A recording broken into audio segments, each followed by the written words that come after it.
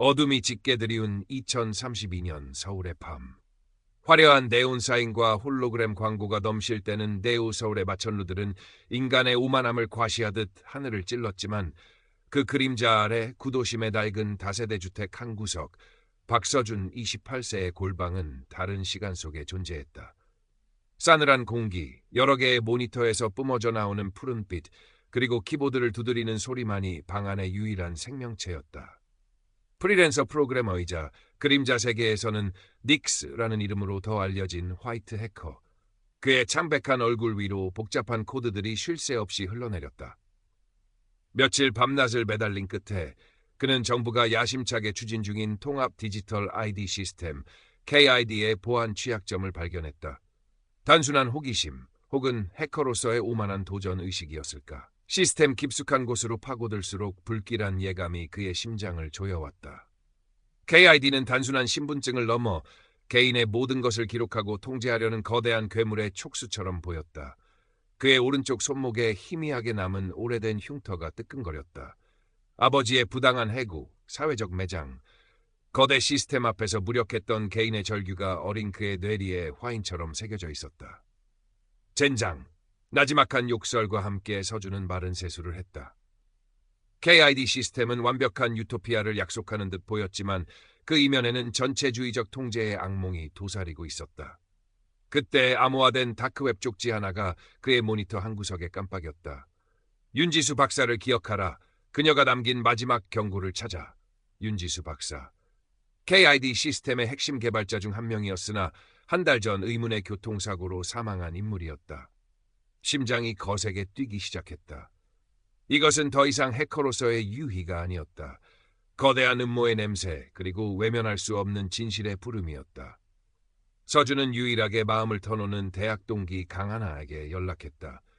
평범한 회사원이지만 따뜻하고 강단 있는 성격의 소유자였다. 처음 하나는 서준의 이야기를 황당한 음모론으로 치부하려 했다. 서준아, 또 무슨 해커놀이에 빠진 거야? KID가 얼마나 편리한데 다들 환영하는 분위기라고. 하지만 그의 떨리는 목소리와 절박한 눈빛에서 평소와는 심각성을 감지한 하나는 마지못해 그를 돕기로 한다. 내 말대로라면 이건 보통 심각한 문제가 아니잖아. 일단 윤지수 박사라는 분부터 알아봐야겠네. 그들의 추적은 윤지수 박사의 버려진 블로그에서 시작되었다. 암호처럼 뒤섞인 글귀들, 알 수 없는 숫자들의 나열.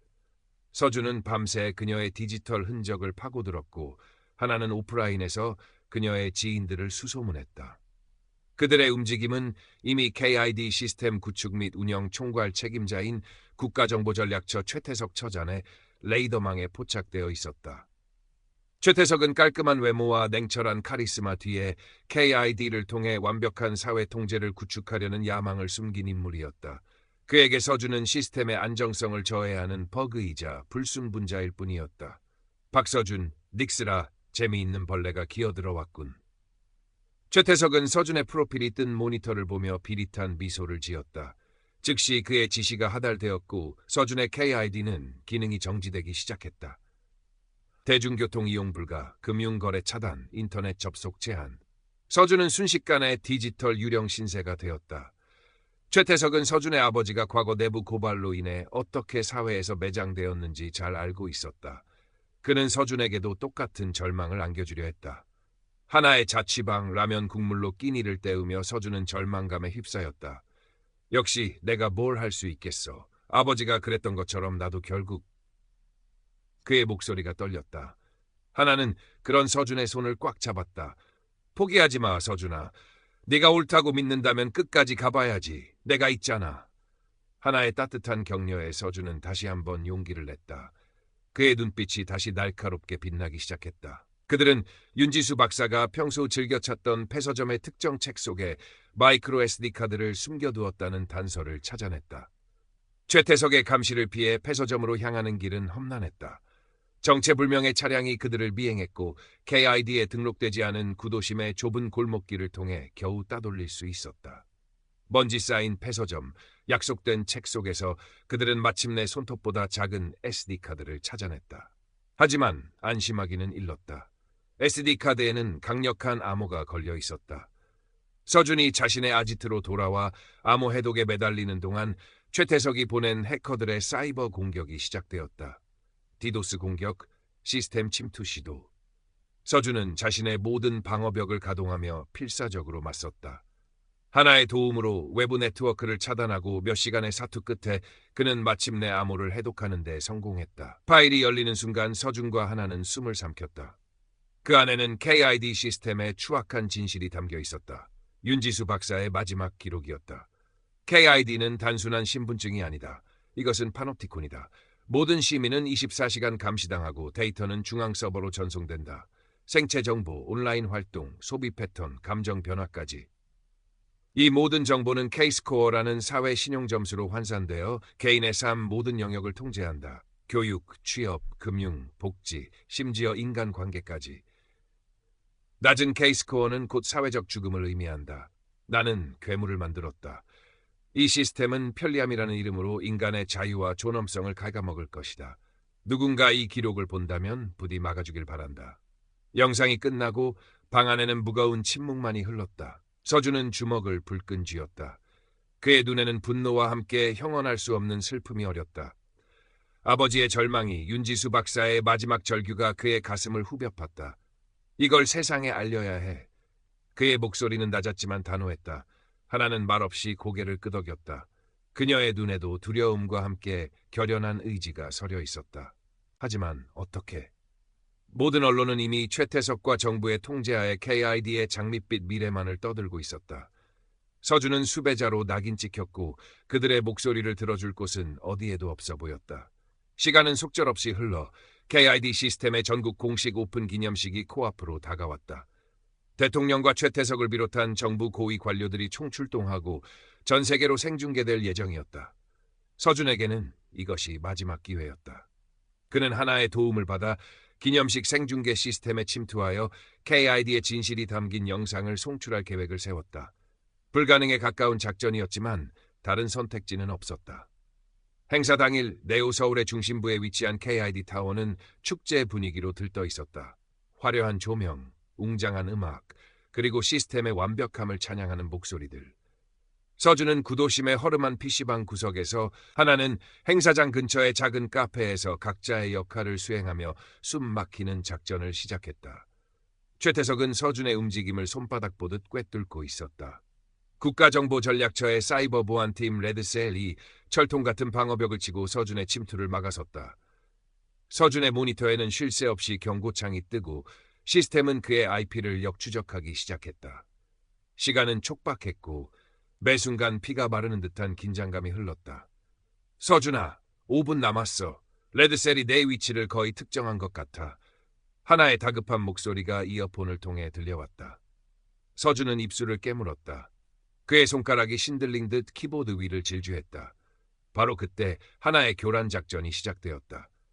그녀는 미리 준비해둔 가짜 트래픽을 KID 타워의 내부망에 폭주시켰고 레드셀의 방어 시스템에 순간적인 과부하가 걸렸다.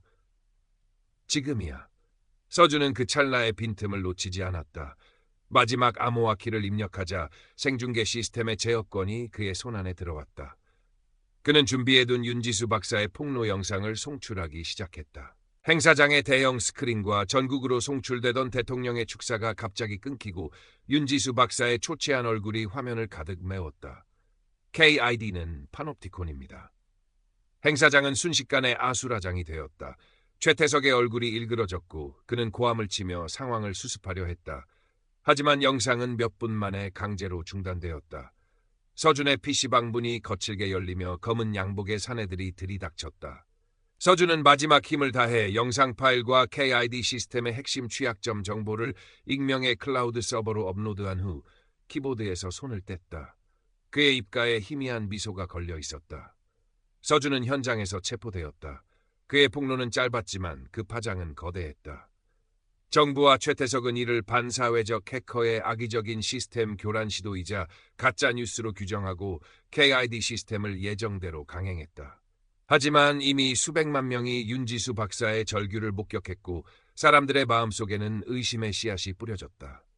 인터넷과 SNS에선 서준의 폭로 영상 조각들과 KID의 진실이라는 해시태그가 검열을 피해 암암리에 확산되었다. KID 카드를 발급받고 편리함을 누리면서도 사람들은 문득문득 서늘한 감시의 시선을 느끼기 시작했다. 완벽해 보였던 시스템에 대한 맹목적인 신뢰에 균열이 가기 시작한 것이다. 하나는 서준과의 마지막 통화에서 약속했던 대로 그의 메시지를 이어받기로 결심했다. 그녀는 서준이 남긴 자료들을 바탕으로 오프라인에서 신뢰할 수 있는 소수의 사람들과 접촉하며 KID의 위험성을 알리는 작은 모임을 조직했다. 그것은 거대한 시스템에 맞선 아주 작고 연약한 움직임이었지만 절망 속에서 피어난 희망의 불씨였다. 몇 달 후 외딴 섬의 한 재활시설. 창밖을 바라보는 서준의 눈빛은 깊고 고요했다. 그는 모든 것을 잃었지만 후회는 없었다. 그가 던진 작은 돌멩이 하나가 거대한 연못에 파문을 일으켰음을 그는 어렴풋이 느끼고 있었다. 세상은 쉽게 변하지 않겠지만 진실을 향한 갈망과 자유를 향한 투쟁은 결코 멈추지 않을 것이라고. 어느 날 밤 하나의 면회를 통해 전달된 쪽지 한 장. 거기에는 짧은 메시지와 함께 새로운 암호화키가 적혀 있었다. 아직 끝나지 않았어. 당신이 필요해. 쪽지를 읽는 서준의 입가에 다시 한번 희미한 미소가 떠올랐다. 그는 창밖의 어둠 속에서 반짝이는 먼 별을 바라보았다. 싸움은 아직 끝나지 않았다. 저항은 이제부터 시작이었다. 그의 심장이 다시 뛰기 시작했다.